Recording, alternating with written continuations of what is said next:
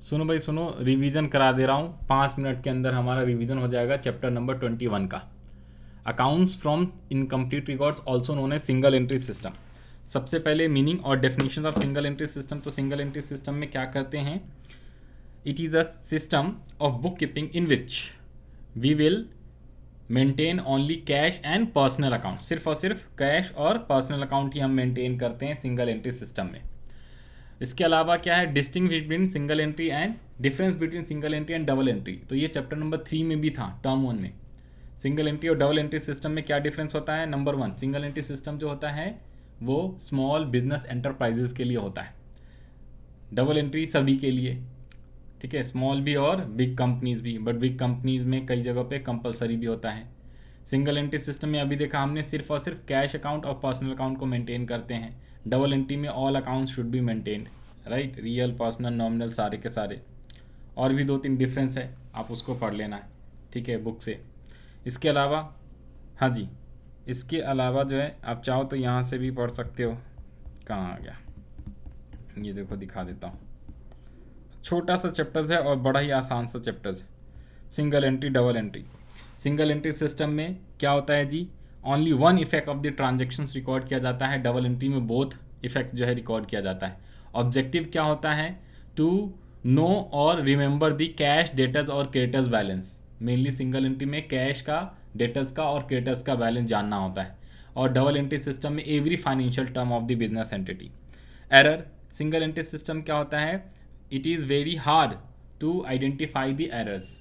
Single entry system में गलतियां ढूंढना काफ़ी मुश्किल होता है, टफ काम होता है। डबल एंट्री में आसान होता है in comparison to single entry.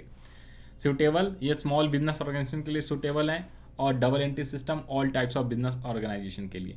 Reconciliation of account जो होता है सिंगल एंट्री सिस्टम में पॉसिबल नहीं होता है और डबल एंट्री सिस्टम में पॉसिबल होता है।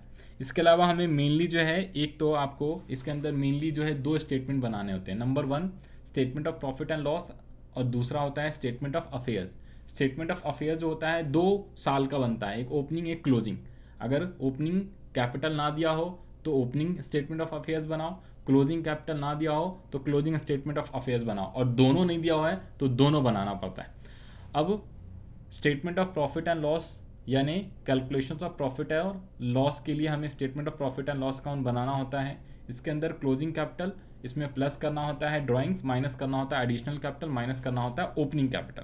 पॉजिटिव में आंसर आएगा तो प्रॉफिट है, नेगेटिव में आंसर आएगा तो आपका लॉस माना जाता है। इसको आप स्टेटमेंट वाइज भी लिख सकते हो। Profit equals to closing capital plus drawings minus additional capital minus opening capital. और लॉस का बनाना होगा तो प्लस वाला माइनस, माइनस वाला प्लस हो जाएगा, सिंपल सी बात है। इसके बाद यहाँ पे आ जाओ जी, ये एग्जांपल मैंने बताए हैं। अगर ओपनिंग कैपिटल 10 है, क्लोजिंग कैपिटल 15 है तो यानी कि प्रॉफिट है। क्लोजिंग माइनस ओपनिंग 5000 का प्रॉफिट। यदि ओपनिंग कैपिटल 10,000 है, क्लोजिंग कैपिटल 8,000 है तो 8,000 माइनस 10,000 निगेटिव में आंसर आएगा 2,000, तो इस केस में आपका लॉस हो जाएगा। इसके बाद थर्ड एग्जांपल जो कि इंपॉर्टेंट है, इसमें ओपनिंग कैपिटल 10,000, ड्राइंग्स है 3,000, एडिशनल कैपिटल 2,000 और क्लोजिंग कैपिटल 15,000। तो आप क्लोजिंग कैपिटल 15,000 प्लस करोगे ड्राइंग्स, दैट इज़ 3,018 हो गया, और इसमें से माइनस कर दो ओपनिंग कैपिटल और एडिशनल कैपिटल 10 और 12, तो आपका आंसर आ जाएगा कितना? ये रहा 6,000 रुपीज़ प्रॉफिट्स का आ गया, ठीक है जी। इसके अलावा स्टेटमेंट ऑफ अफेयर्स, तो 2 स्टेटमेंट ऑफ अफेयर्स बनाना है, एक होता है ओपनिंग, एक होता है क्लोजिंग। ओपनिंग से ओपनिंग बैलेंस, मतलब कि जो बैलेंस शीट का होता है ना, same as it is statement of affairs होता है। जो हमने चैप्टर सेकेंड वाले में, सेकेंड कह रहा हूँ 20th चैप्टर में जो हमने बैलेंस शीट का फॉर्मेट बनाया था, वो same format single entry system में हमें बनाना होता है और उसे हम बोलते हैं स्टेटमेंट ऑफ अफेयर्स, ठीक है जी। और स्टेटमेंट ऑफ अफेयर जो होता है ओपनिंग भी बनाते हैं और क्लोजिंग भी बनाते हैं।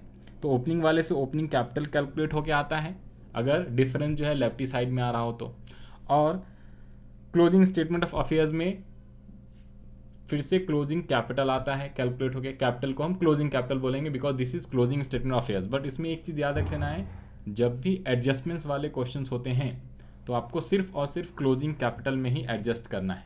ये मैंने सिर्फ एक मेथड बताया, एक और भी मेथड होता है जिसमें क्या करना होता है, प्रॉफिट एंड लॉस में भी एडजस्ट कराते हैं वो, और स्टेटमेंट ऑफ अफेयर्स में भी। तो हमें वो मेथड नहीं करना, हमें मेनली फॉलो करना है ये वाले मेथड।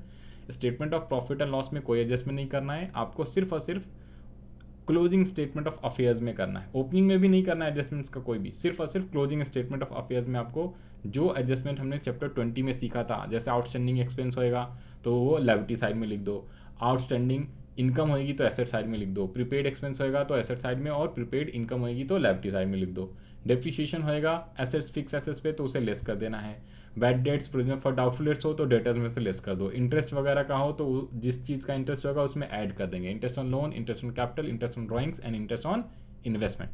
तो ये कुछ एडजस्टमेंट्स हैं, मेन यही चीज़ें हैं और कुछ है नहीं, और बस आपका चैप्टर कंप्लीट हो जाता है। इसके ऊपर क्वेश्चन है बहुत सारे, वो आसानी से आप सारे क्वेश्चन आप बना सकते हो।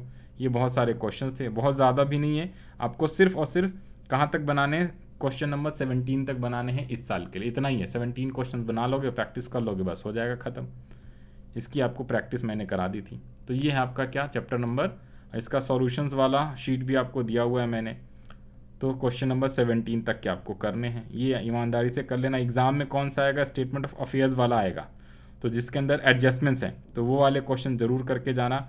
यहाँ पर है क्वेश्चन नंबर कौन सा है आपका, 12 है, इसके अलावा 14th भी है, 14th नहीं 15th, 16th, 17th, ये लास्ट के 3-4 क्वेश्चन जरूर कर लेना, 15, 16, 17। हाँ जी बोलो। सर इस चैप्टर में से सर थ्योरी क्वेश्चन कोई आ सकता है सर? थ्योरी क्वेश्चन बताया ना, मीनिंग आ सकता है, ठीक है, एडवांटेज डिसएडवांटेज आ सकता है सिंगल एंट्री का, और difference between single entry and double entry system.